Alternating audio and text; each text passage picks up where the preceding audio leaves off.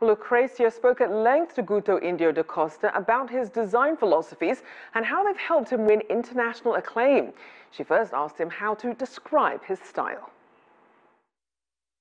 After many years of wondering, comes from a friend who says, I see you have such a Brazilian sensuality, but such a Swiss precision in all you do. And this mixture between sensuality and precision, I think, defines me quite well. I'm happy with that. So when I say what inspires you, that would be the city of Rio de Janeiro? No, I wouldn't say so. What inspires me is essentially people, society, desires, wishes. A good designer, in my opinion, is one who can really tackle, who can really understand people, who can really know how to please our maybe non-verbal needs. Basically, our job is to seduce. Obviously, not only the way the thing looks, but also the way it works, the way people interact with it. That's what inspires me. You're a global citizen, a citizen of the whole world. You work for the whole world, and at the same time, you're known for designing all kinds of products, from home appliances to bus shelters. And how do you do that and win awards for each of them? It's true.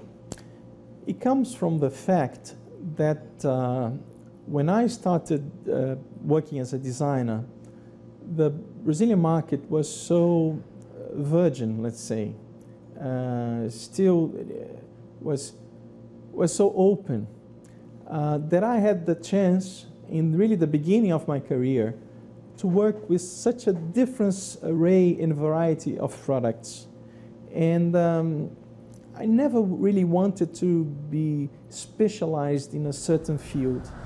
What I like, what really motivates me and inspires me, is the possibility to work with a very wide palette of products, and to be able to design a bus shelter a day, and the next day to design a refrigerator, and the other day design an air filter, or a ceiling fan, or a public lighting equipment. What kind of people do you target? Are they medium class, low income, upper class? Is design affordable for everybody? In Brazil, we have this opportunity to work on really high scale products which are very low cost, and they are targeted for the huge lower and medium class in Brazil. We've also worked for projects which are extremely sophisticated and extremely expensive, and we work accordingly to the target of the projects we design. And it's fun to design for a very sophisticated product for a very high income person or group. But it's more challenging to design for a lower products which have really low cost and that must be for everybody. This is much more challenging. So what your biggest challenge is to do something that is beautiful, functional, and affordable. Affordable to each specific target group, let's say.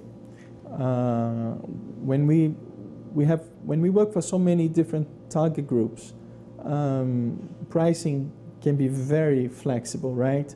But in each specific project, yes, there is the need to combine aesthetics, like how to make it look nice and how to make it look seducing and interesting. It has to be produced in a certain scale, and there has to be inside its cost target, and there's more. We must think of which resources we're using, which materials we are using. How is this material going to be recycled when the product life is over? And what happens when the target is everybody, like when you're designing a city, a transportation system for a city? Yes, that's the most interesting challenge, in my opinion. When you have no specific targets, or when you have so many targets. Because when you design for the city, you're designing for everybody. When you design a tram, everybody's going to use the tram. When you design a bus shelter, everybody's going to use a bus shelter. When you design a beach kiosk, everybody will use it as well.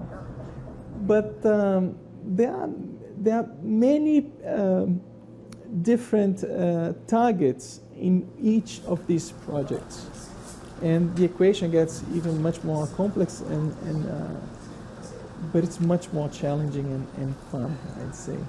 Where are Brazilian designers heading now? How do you see them up front in the near future? I think Brazil always had a huge creativity and talent. That's been part of our history always. But the means to transform creativity and talent into real results, I think, didn't come so many years ago. It's more recent. It's Brazilian design has found the skills to transform creativity into results, I'd say, in the last 5 years only, in a wide scale, let's say. Well, thank you very much. And would I wrap up this interview saying that if you make it in Brazil, you make it anywhere? I'd say so, because Brazil is a land of challenges, and being able to perform here makes you ready for the whole world.